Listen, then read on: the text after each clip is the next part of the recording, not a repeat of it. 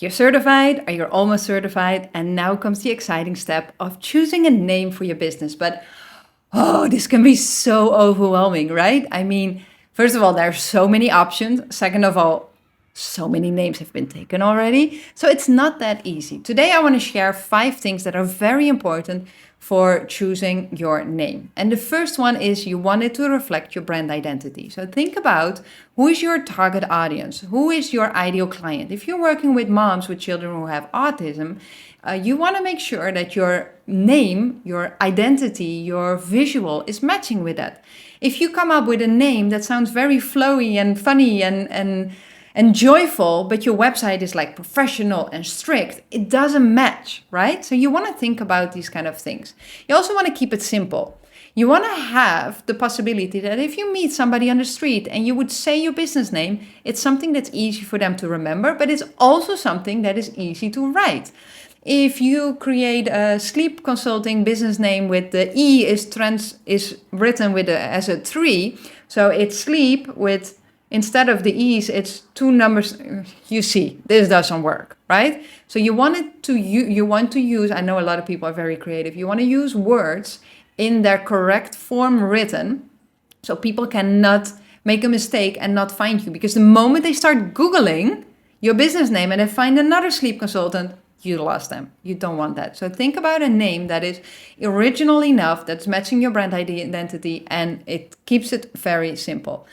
Again, you want to target consider your target audience. Like I said before, if you're working with moms who have a child who is deaf, for example, how can you make sure that your brand name is matching that? Now, I know a lot of you are feeling a little bit scared about niching down, and what if I later want to expand it? Listen, a domain name is $11.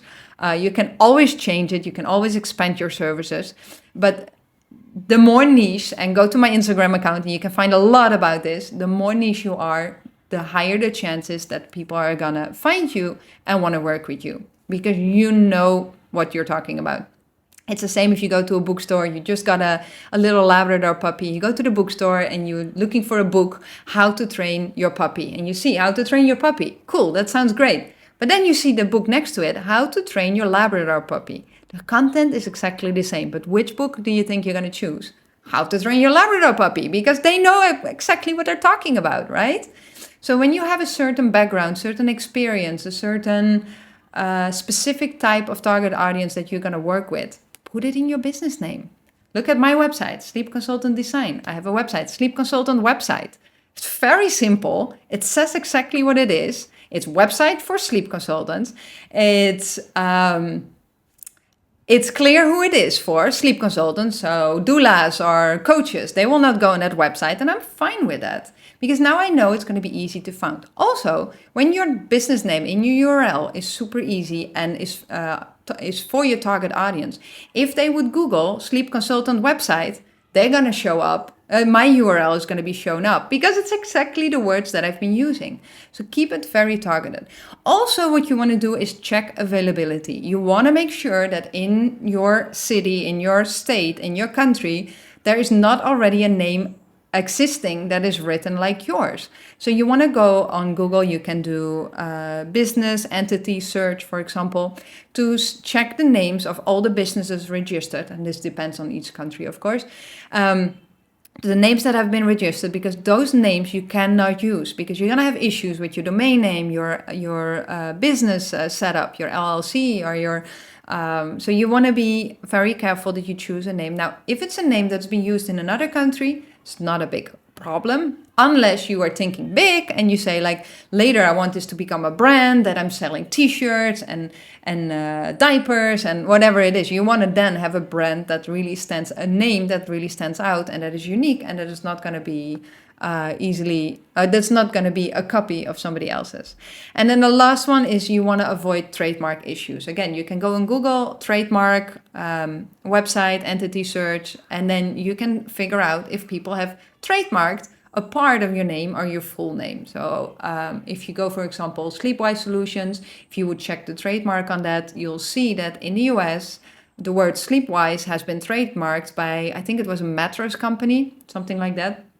So you want to make sure if that's a mattress company, it's fine. You're not going to have much competition because you're offering something completely different. But you want to be careful that you're not using a part of your name that is trademarked, because then if they figure it out, they're going to tell you to shut down your business, hopefully without a fine.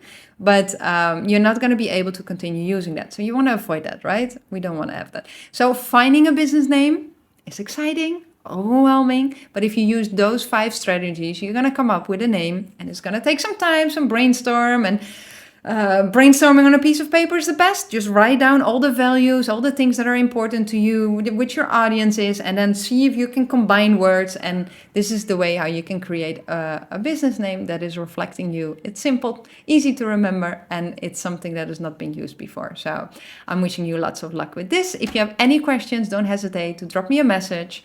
If you want to brainstorm, if you have 2-3 names that you came up with and you want to know what I think as a sleep consultant and as a business owner, what is the best move to go for, drop me a message. I'm always happy to help. Have a great day.